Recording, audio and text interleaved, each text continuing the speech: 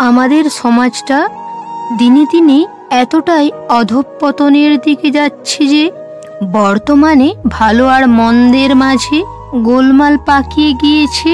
এখন ভালো মানুষগুলোকে তিরস্কার আর ভৎসনা পেতে হয়।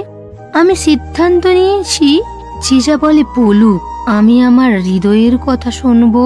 আমার মনের গভীর থেকে যা আভাস পাই তাই আমি করব।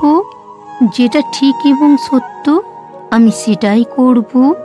আমি এতটাই বোকা নয় যে নিজের ক্ষতি হবে এরকম কোনো কিছু আমি করব।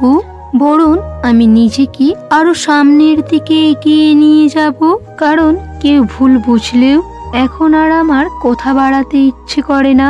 যে যা ভাবে ভাবুক, তাতে আমার কোনো যায় আসে না।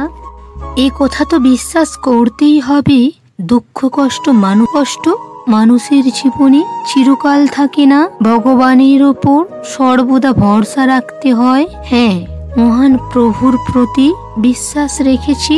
নিশ্চয়ই তিনি একদিন কষ্টের পরে অনেক আকাঙ্ক্ষিত সুখ সমৃদ্ধিতে আমার জীবনকে ভরপুর করে দেবে।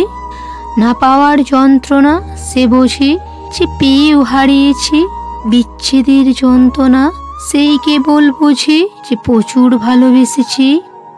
জীবনে যদি সফল হতে চাও, তবে অনুসরণ নয়, বরং নিজেকে খুঁজে বের করো।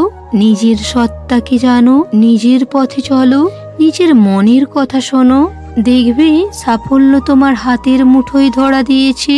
পুরো বিশ্বের সাফল্য তোমার কাছে এসে নত হয়েছে।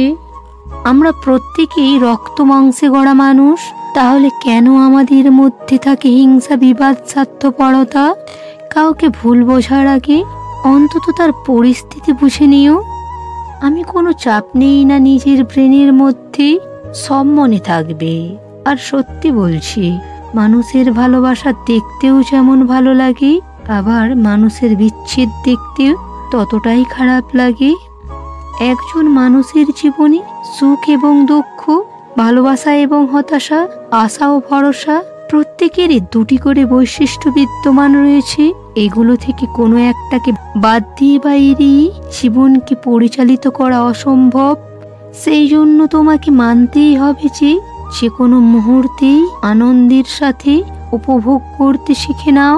কারণ তুমি যদি কষ্ট সহ্য করতে না পারো, তবে সুখের আনন্দ উপলব্ধি করতে পারবে না। তাই ভগবানের কাছে জানাই, সকল দুঃখ কষ্ট দূর হোক মানুষের। তুমি নিজের সাথে কারো তুলনা করো না, কারণ তুমি যেমন আছো তেমনই খুব ভালো আছো। ভগবান চাইলে হয়তো তোমাকে আরো খারাপ অবস্থায় রাখতে পারতো। সেই তুলনায় তুমি অনেক ভালো আছো। তোমার হৃদয়কে এ কথা বলেই সান্ত্বনা দাও, ধৈর্য ধরো। অবশ্যই ভগবান তোমার দিকে তাকাবেন। আজকের বিপদের দিনে তোমাকে যে ছেড়ে চলে গিয়েছে, সে কখনোই তোমাকে ভালোবাসেনি, অথবা সে তোমার জন্য সঠিক মানুষ ছিল না। কারণ সঠিক মানুষ কখনোই কোনো অবস্থাতেই ছেড়ে যায় না, যেতে পারে না।